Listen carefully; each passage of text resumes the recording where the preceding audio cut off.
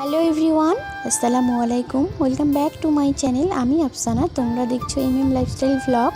কেমন আছো সবাই? আশা করছি সকলে খুবই ভালো এবং সুস্থ আছো, আর আমরাও ভালো আছি।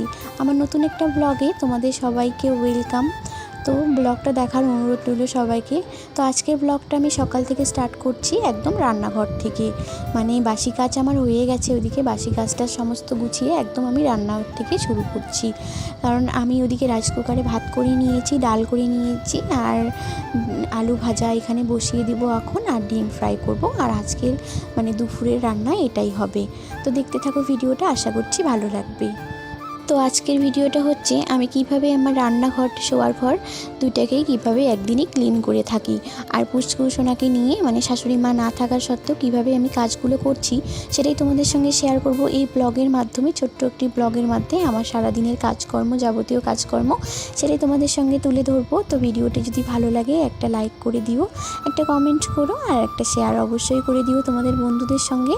তো চলো ভিডিওটা শুরু করি, আর বেশি কথা না বলে চলো ভিডিও দেখতে থাকো। আমি ওইদিকে কড়াইতে ভাজা বসিয়ে দিয়েছি, আর আগে টেবিলটাকে পরিষ্কার করে নেবো চেয়ারগুলোতে। আর তোমাদের দাদাভাইরা বিস্কিট, মুড়ি এগুলা ফেলছিল।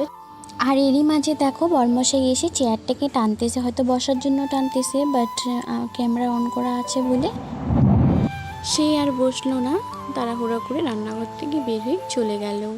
আর এদিকে দেখো আমার কয়েকটা বাসন আছে, প্রথমে আমি ওই কয়েকটা বাসনগুলোকে মেজে নেব।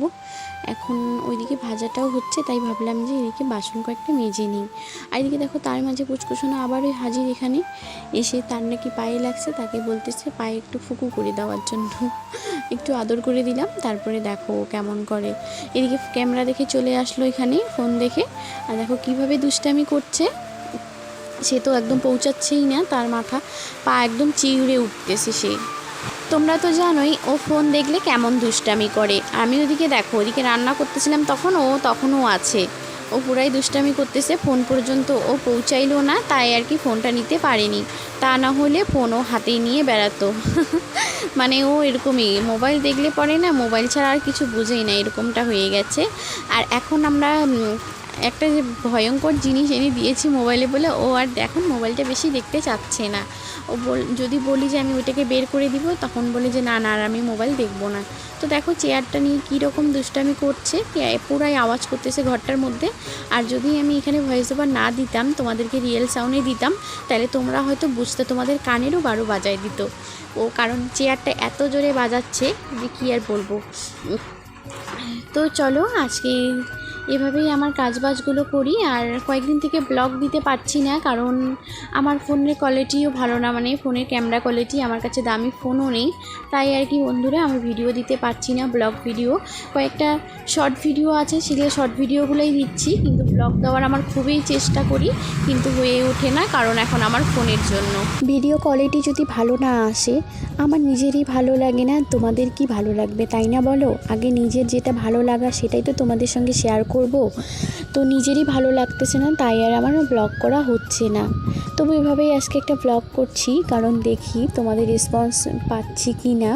আর যদি পাই তো আমি এভাবেই চেষ্টা করে যাব, কারণ জানোই তো মধ্যবিত্ত ফ্যামিলির খুব সহজে একটা মোবাইল নেওয়া অনেক কঠিন ব্যাপার হয়ে যায়, অনেক কষ্ট। আর বর একা মানুষ, কি করে তাকেই এত চাপ দিই বলো? তার জন্য এখন আর ফোন নেওয়া হবে না। তো দেখি কতদূর কি হচ্ছে, তারপরে না হয় দেখা যাবে, ফোনের ব্যাপারে ভাবা যাবে।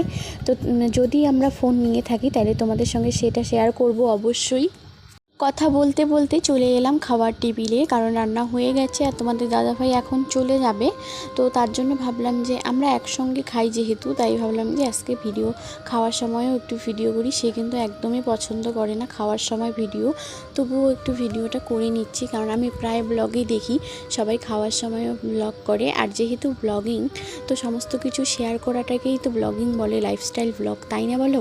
তাই আমাদের সুখ দুঃখ সব তোমাদের সঙ্গে শেয়ার করি। তারপরে দেখো বরমশাইকে বললাম একটু ক্যামেরাটা অফ করে দিতে, সে অফ করে দিয়েছে। আর এখন আমি এগুলা গ্যাসটা আগে পরিষ্কার করে নিই, তো হাঁড়ি যেগুলো ছিল কড়াই ওগুলো আগে সরিয়ে নিচ্ছি।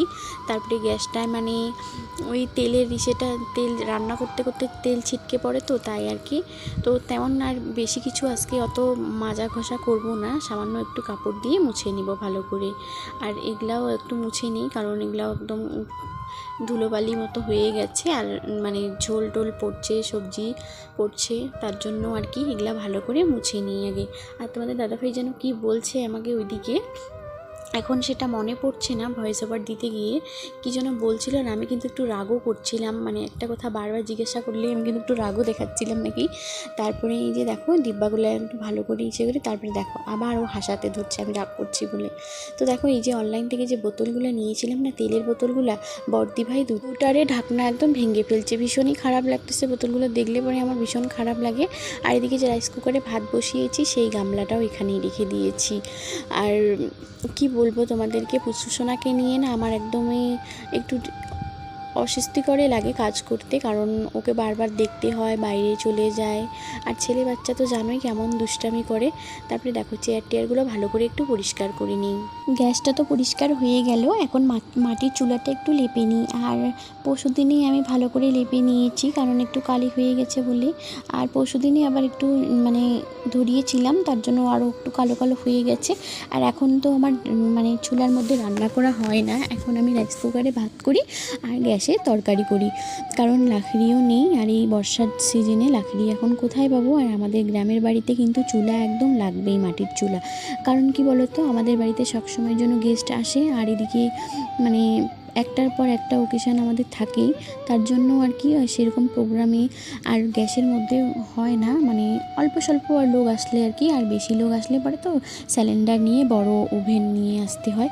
তো দেখো আমার ফাইনাল লুক আমার চুলার কেমন লাগছে বলো। আর আমার ভিডিও কোয়ালিটিটা ভালো আসছে না বলে তোমাদের পরিষ্কার করে দেখাতে পারছি না। তারপরে দেখো তোমাদের দাদাভাই যে সবজি বাজারগুলো এনেছিল, মানে সবজি বাজার প্রায় শেষের দিকে, তো কেমন হয়ে গেছে এগুলো একটু পরিষ্কার করে নিই। আর পুচকুসোনার সাইকেলটাও এখানে উঠিয়ে রেখেছে।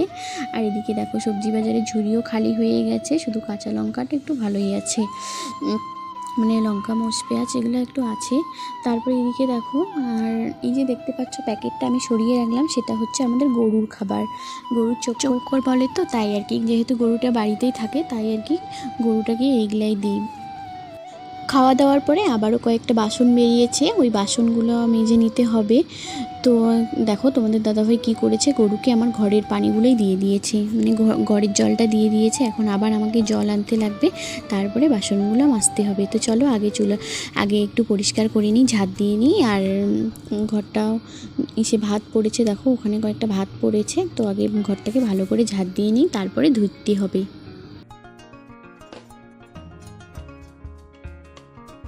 ঘরটাও কেমন নোংরা হয়ে গেছে, কারণ কয়েকদিন থেকে ধোয়া হয়নি। আর শাশুড়ি মা যেহেতু বাড়িতে নেই, আমার পোড়ায় অসুবিধা হচ্ছে পুচকুসোনাকে নিয়ে, তাই আর কি এদিকে ধোয়াধুয়ি আর বেশি তেমন কিছু করি না, শুধু রান্না বাড়া আর কাপড় কাচা তো লাগবেই, কারণ জানোই যাদের ছোট বাচ্চা আছে তারা তো ভালো করেই জানো, কাপড় তো রোজের কাপড় রোজে ধুয়েতেই হবে, কারণ বাচ্চা থাকলে তো কাপড় অনেক বের হয়।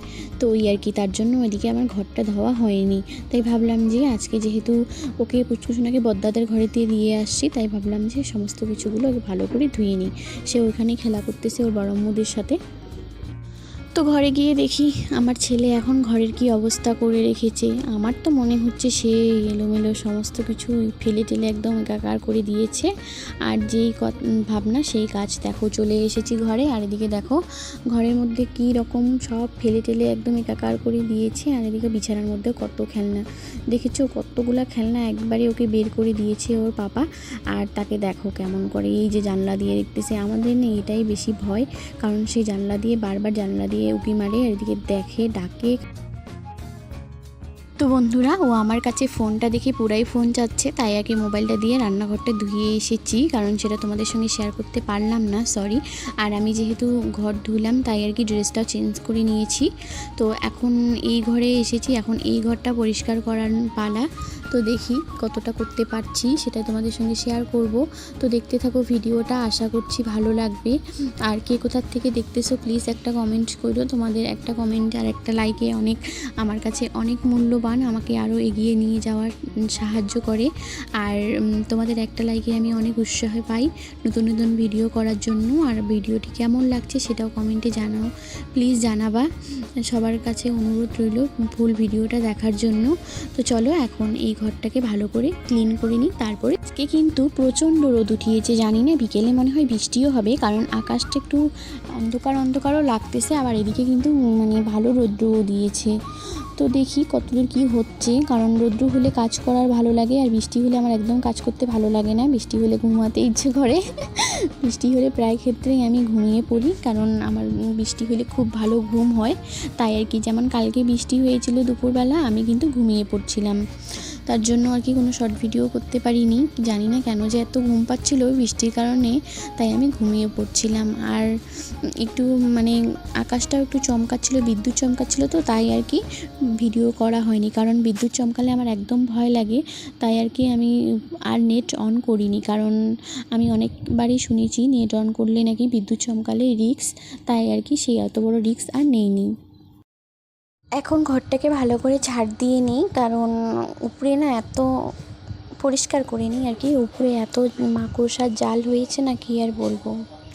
প্রতি সপ্তাহে ঘরটাকে একদম ভালো করে ক্লিন করি, আর 2-3 দিন পর পর আমি এগুলো ভালো করে মানে একটু ঝাড়িয়ে নিই, কারণ ওগুলোর জন্য না ঘরটা একদম নোংরা লাগে, অন্ধকার হয়ে গেছে।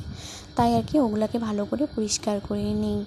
তো দেখো আমাদের গরিব মানুষের ঘর এভাবেই সমস্ত কিছু এলোমেলোই থাকে, কারণ দামি দামি আসবাবপত্র নেই, তাই আর কি ভালো ভালো জিনিসটাতেও না প্রচণ্ড ধুলো জমে গেছে।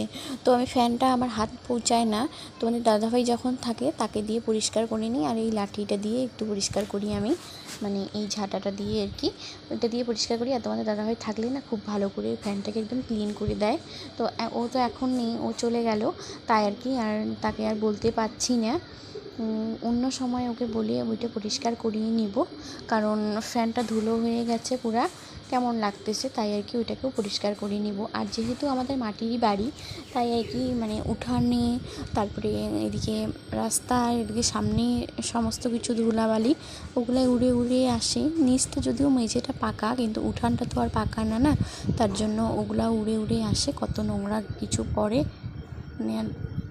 আর এদিকে দেখো পুচকু সোনার যে কত খেলনা, কত যে ওর জিনিসপত্র মানে অগুছানো, দেখো আমি এদিকে গুছিয়ে রাখবো, আর যেটা ভালো করে যখন রাখবো তখন ওকে সেটাই লাগবে, এরকম আমার ছেলে একদম পুরো জেদ হয়ে গেছে এখন। যেটা রেখে দিব সেটাই ও বারবার চাবে।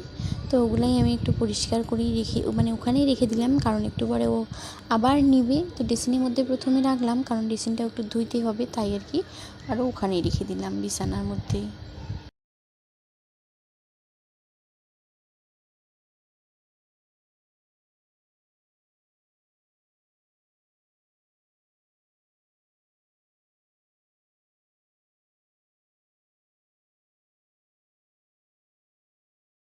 ঘর ঝাড় দেওয়া কমপ্লিট, এখন ঘরটা ভালো করে মুছে নেব, কারণ পুচকু সোনাকে দেখে আসলাম, সে এখন ওর বড় আব্বুদের ঘরে খেলা করতেছে, ওকে আগে একটু দেখে আসলাম। তারপরে এখন আয়নাটাকেও একটু ভালো করে মুছে নিব, কারণ ধুলো জমে গেছে এগুলাতেও, শোকেস ড্রেসিংয়ের মধ্যেও ধুলো জমে গেছে, তাই ভাবলাম যে এগুলাও আজকে একটু পরিষ্কার করে নিই, মুছে নিই। আর শর্টকাটভাবেই করতেছি, তেমন কিছু আর আজকে বেশি একটা করবো না, জাস্ট মানে কি শুধু উপরে যাকে বলে না, ওই উপরে একটু হালকা হালকা করে কাজটা করছি, কারণ এত মানে ধীরে সুস্থে যদি করতে যাই তো আমার অনেক টাইম লাগবে।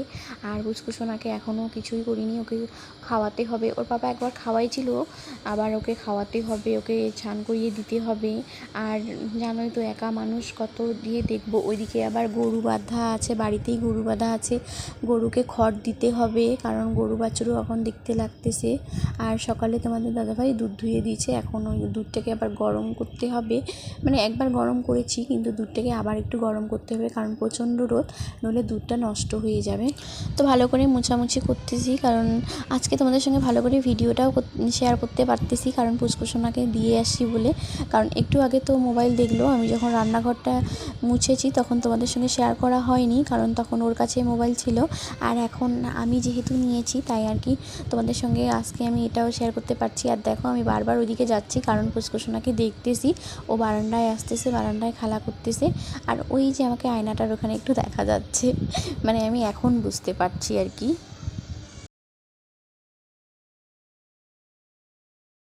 প্রায় ক্ষেত্রে দেখবা ছেলেরা বলে যে হ্যাঁ, বউরা যে বাড়িতে কি কাজ করে একবার বাইরে বেরিয়ে দেখুক না কাজ কাকে বলে। তাদেরকে আমি বলতে চাই যে দেখো, আমরা যে কাজ করি এগুলো কি কাজ না বলো? সারাদিন বাড়িতে থেকে কি আমরা কি বসে বসে খাই? আমাদেরও না কত কাজ করতে হয়। আমরা এই কাজগুলো করি বলেই তো তোমরা ছেলেরা বাইরে ভালো করে কাজ করতে পারো, রোজগার করে আনতে পারো। তোমাদের বাচ্চা সামলাই, তোমাদের ফ্যামিলিকে দেখি, তোমাদের জন্য ভালো ভালো রান্না করি, তোমাদের কাপড় কাচা থেকে ধরে তোমাদের সমস্ত কাজ আমরাই তো করে দিই, তাই না? আমরা যদি কাজগুলো না করি তাহলে তোমরা বাইরে কি করে ভালো করে কাজ করবা? ফোনটা রাখতেও আমার ভীষণ অসুবিধা হচ্ছে, কারণ এদিকে ঘোরাচ্ছি, কখনো ওদিকে ঘোরাচ্ছি, এরকম করে না ঘোরালেও হচ্ছে না, কারণ দেখাও যাচ্ছে না। আর আমিও ভাবি আমার ছেলে যদি একটু বড় হইতো না, সে যদি মোবাইল ধরতে পারতো, তাহলে সে আমাকে ভিডিওটা করে দিত। কবে যে আমার ছেলেটা বড় হবে না, তোমরা দোয়া করো তো তাড়াতাড়ি আমার ছেলে যেন ভালোভাবেই বড় হয়, সুস্থ থাকে। আমার ছেলের জন্য দোয়া কইরো। তো ও যদি থাকতো তাহলে ও যদি বড় হইতো আর কি, মোবাইলটা ধরে রাখতো, আমাকে ও ভিডিও করে দিত। আমি শুধু এগুলা আশা নিয়েই থাকি যে আমার ছেলেটা কবে বড় হবে আর কবে আমার কাজে একটু আমাকে হেল্প করবে। কিন্তু এখন কী আর বলবো, এখন মোবাইল দেখলে ওকেই আগে মোবাইল লাগবে, কারণ ওই আগে মোবাইল নেবে। আর তোমরা জানো আমি এখন লাইভ করি না, তখন আমি যখন লাইভ ভিডিও করি তখন ওকে এই বেডের উপরে রেখে দিই অনেক খেলনা দিয়ে, আর সে ওখান থেকেই চিল্লায়, হ্যালো গাইস, কেমন আছো সবাই, ভালো আছো? আমিও ভালো আছি, এরকমটা বলতে শিখে গেছে। এখন তো আমি যেভাবে সালাম দিই ওভাবে সালাম দিয়ে মোবাইল অন করে ও ওরকম করে বলতে শুরু করে দেয়। আমার যে একদম হাসি পায় না। কালকে সকালে কি করেছে, সেও একজন ব্লগারের মতো আমাকে সে ফোনটা ইসে করে বলতেছে, তো গাইস, না কী যেন বললো, তো গাইস এখন আমরা চলো, এখন আমরা দুধু বিস্কুট খাবো, এরকম করে বলতেছে। আর আমি আর ওর পাপা প্রচণ্ড হাসতেছি, যে সেও বলতেছে যে আমরা এখন কি করব কি না করব, সেটা যে ব্লগে বলতে হয়, ব্লগের মাধ্যমে সব কিছু শেয়ার করতে হয়, সেও জেনে গেছে। সেও বলতেছে, হ্যালো গাইস, তো আমরা এখন দুধু বিস্কুট খাবো, চলো রান্নাঘরে। আর আমরা দুজনে পুরো হাসাহাসি করতেছি। তো এখন আমি যাই স্নান করতে, কারণ কয়েকটা কাপড় আছে, কাপড়গুলো ধুয়ে দিয়ে তারপরে স্নান করে আসবো। কারণ দেখো ঘেমে একদম চোখ মুখের অবস্থা কি হয়ে গেছে, আর প্রচণ্ড গরম লাগতেছে প্রচণ্ড। তো স্নান করে আবার দেখা হচ্ছে। তো গাইস, স্নান করে চলে আসলাম ঘরে, আর চুল টুল একদম ভেজা, এভাবে বিছানাটা ভালো করে গুছিয়ে নিয়েছি। তারপরে বিছানাটা করে, আর আমি অফ ক্যামেরায় তখন বিছানার চাদরটা উঠিয়ে নিয়েছি, ওই চাদরটা ধুয়ে দিয়েছি। আর এখন বিছানা করে পুষ্কুসোনাকেও ঘুম পাঠিয়ে দিয়েছি। দেখো পুষ্কুসোনা কি সুন্দর করে ঘুমাচ্ছে।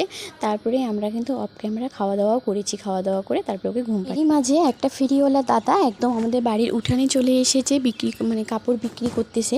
তাই আমি এই বালিশ কভারগুলো নিলাম। তো দেখো তো কেমন লাগতেছে। প্রথমে তো বন্ধুরা, এই যে দেখো আমার রুমের একদম ফাইনাল লুক, সমস্ত কিছু গুছিয়ে তারপরে একবারেই আমি ভিডিওটা অন করছি। তো আজকে ভিডিওটা এখান থেকেই। তো দেখো সমস্ত ভিডিও মানে সমস্ত সারাদিনের কাজকর্ম তোমাদের সঙ্গে শেয়ার করলাম। আর তো আজকের ভিডিওটা এখান থেকে। ভালো লাগলে লাইক কমেন্ট শেয়ার এবং সাবস্ক্রাইব করে দিও। আর তোমরা যদি আমাদের গ্রামের এই ছোট্ট বাড়িটা দেখতে চাও, অবশ্যই আমাকে কমেন্টে বইলো, আমি তোমাদেরকে একদিন আমার হোম ট্যুর দিয়ে দিব।